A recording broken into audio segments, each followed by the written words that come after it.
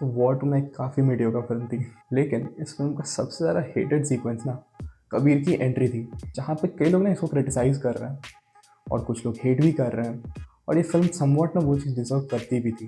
लेकिन war one को अगर तुम याद करो तो उसमें कबीर की एंट्री काफ़ी ज़्यादा इम्पैक्टफुल थी। पर उस एंट्री में ऐसा क्या था जो इतनी इम्पैक्टफुल थी, वहीं वॉर टू की एंट्री इतनी मीडियोकर क्यों लगती है? अब मैं वॉर टू के ब्रेकडाउन पे अभी तो बात नहीं कर सकता जब तक वो फिल्म OTT पे नहीं आ जाती है, लेकिन फिल्म्स में एंट्री सीन्स को इफेक्टिवली कैसे क्राफ्ट किया जाता है और रिएक्शन शॉट की इंपॉर्टेंस क्या होती है। आई नो वीडियो थोड़ी सी लंबी है इस बार, तो जल्दी से स्टार्ट करता है। अब इस पूरे सीक्वेंस की ब्रेकडाउन करने से पहले ना मैं तुम्हें थोड़े से फिल्म मेकिंग के बेसिक्स बता दूँ। तो अगर किसी भी कैरेक्टर की एंट्री को क्राफ्ट करना होता है ना, तो उसके कुछ बेसिक एलिमेंट्स होते हैं, जैसे सेटअप, एंटिसिपेशन और फिर जाके कैरेक्टर की एंट्री होती है। आई नो ये सारे टर्म्स मैंने तुम पे एक एक करके फेंक फेंक के मारा है, तो इन सारे टर्म्स को समझने के लिए ना मैं तुम्हें एक छोटा सा एग्जांपल देता हूँ। स्टार्टिंग में थोड़ा सा आउट ऑफ प्लेस फील हो सकता है, लेकिन ट्रस्ट में आगे जाके हर एक चीज़ सेंस बनाने लगेगी। तो दंगल मूवी में ना महावीर सिंह के कैरेक्टर को इंट्रोड्यूस करने के लिए एक छोटा सा रेसलिंग मैच कंस्ट्रक्ट किया गया था, और यहाँ स्टार्टिंग के कुछ शॉट से ही हमें पता चल जाता है कि हमारा कैरेक्टर किसी गवर्नमेंट ऑफिस में काम करता है और वो अकेला ही जिसे रेसलिंग देखने में इंटरेस्टेड है। वो ऑफिस के लोगों को थोड़ा सा टॉन्ट मारता है। मेडल तो अपने छोरे भी ला सके हैं भाई साहब, पर कोई बढ़ावा दे तब ना। जिसके बाद उसे एक दूसरा कैरेक्टर ज्वाइन करता है। अब इसके बाद ना हमें इन दोनों कैरेक्टर्स की एक छोटी सी कॉन्वर्सेशन दिखाई जाती है, जिससे हमें पता चलता है कि जो दूसरा कैरेक्टर है ना, ये अभी ऑफिस में नया है और ये महावीर सिंह के बारे में कुछ भी नहीं जानता। नया है कि तभी मैं सोचूं। बस उसे ना रेसलिंग देखने में इंटरेस्ट है। फिर इन दोनों की ईगो क्लैश होती है, जिसे रिजॉल्व करने के लिए ये लोग इसी ऑफिस में रेसल करने का फैसला करते हैं। अखाड़ा होता ना तो तेरी कर देता, अखाड़े की क्या जरूरत है। तो अब तक अगर तुम देखने जाओ ना, तो डायरेक्टर ने काफ़ी सटल तरीके से आमिर खान के कैरेक्टर को सेटअप किया है हमारे लिए। जैसे कि वो गवर्नमेंट ऑफिस में काम करता है, उसे रेसलिंग देखने में इंटरेस्ट है और वो फेयरलेस है। अब तुम सोचोगे ये तो कहीं दिखाया ही नहीं गया, लेकिन ना ये चीज़ तुम्हारे दिमाग में सबकॉन्शियसली फिट कर दी जाती है, क्योंकि जब ये दूसरा कैरेक्टर फ्रेम में आता है तो कैमरा को उसकी हाइट के अकॉर्डिंग ना टिल्ट अप किया जाता है, जिसके कारण हमें एक ऑब्वियस सी हाइट डिफरेंस देखने मिलती है दोनों कैरेक्टर्स के बीच में।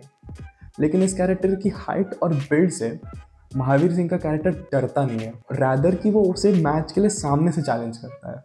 अगर मैं ये चीज़ पॉइंट आउट करके तुम्हें नहीं दिखाता तो तुम कभी रियलाइज़ भी नहीं करते, क्योंकि ये चीज़ें ना हमें सबकॉन्शियसली अफेक्ट करती हैं।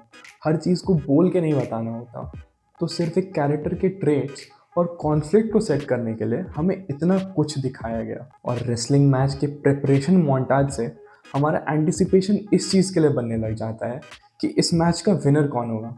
ऑल्दो हमें हिंट तो रहता ही है कि कौन जीतेगा, पर फिर भी हमारी क्यूरियोसिटी बनी रहती है। पर ऐसा हुआ क्यों? इसका रीज़न है बैकग्राउंड में चल रही TV commentary. Now the moment we were all waiting for. The stage is all set for a big fight. There is palpable excitement in the air. और रिएक्शन शॉट्स, वो भी ऑडियंस के। तो usually ना reaction shots का use होता है किसी भी इमोशन पे जो कि कैरेक्टर फील कर रहा है, उस इमोशन पे स्ट्रेस देने के लिए और हमें उस सीन का पार्ट बनाने के लिए। जैसे अगर तुम देखने भी जाओगे तो इस रेसलिंग सीन में भी ना एक रिएक्शन शॉट आता है, जिसके थ्रू हमें फील भी होता है कि उस रेसलर को बहुत ज़ोर से पटका गया है। तो इतने सारे सेटअप और एंटिसिपेशन के बाद आता है कैरेक्टर का introduction with the background score reaching the crescendo.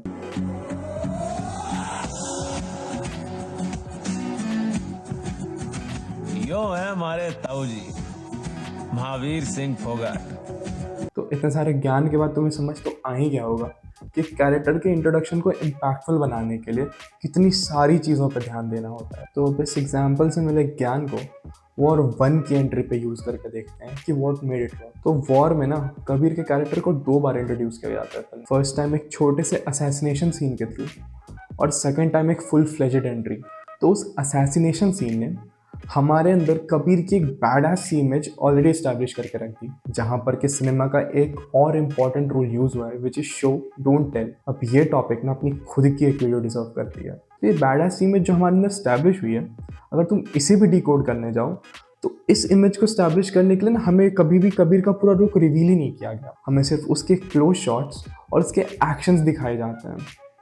And that walk with neon lights in the background, वो कहते हैं ना कि पूरा मूड सेट कर दिया, वही करता है ये सीन। तो कबीर का एक बेसिक सा कैरेक्टर ट्रेट सेट करने के बाद ये एंट्री सीक्वेंस उसके कैरेक्टर को एक नेक्स्ट लेवल पे एलिवेट कर देती है। और यहाँ पर मैंने जो पहले सेटअप, एंटिसिपेशन और इंट्रो वाली बात की थी, वो सारे पॉइंट्स एप्लीकेबल हैं। तो ये सीन स्टार्ट होता है with a flashback and we see a military aircraft जो किसी बेस पे लैंड हो रहा है। जैसे ही शॉट चेंज होता है तो एक सटल सा बीजीएम किक होता है और कैमरा स्लोली खालिद के कैरेक्टर पे जूम इन होता है। और यहीं से डायरेक्टर ने एंटिसिपेशन बिल्ड करना स्टार्ट किया है, क्योंकि यहाँ शॉट प्लेसमेंट ही ऐसी है। खालिद का क्लोज शॉट कट टू 2 लोग प्लेन से बाहर आए, एक और क्लोज शॉट, फिर से 2 लोग बाहर आए, फिर एक जूम इन शॉट और फिर कर्नल लूथरा का एक रिएक्शन शॉट आता है जो ये सिग्निफाई करता है कि अब कोई इंपॉर्टेंट इंसान इस प्लेन से बाहर आ रहा है। ऑल्सो नोटिस कि कर्नल लूथरा के रिएक्शन शॉट से ही ना कैसे बीट स्विच होती है। तो अब तक खालिद और हमारी एंटिसिपेशन भी अपनी पीक पर होती है and we get the ultimate reveal.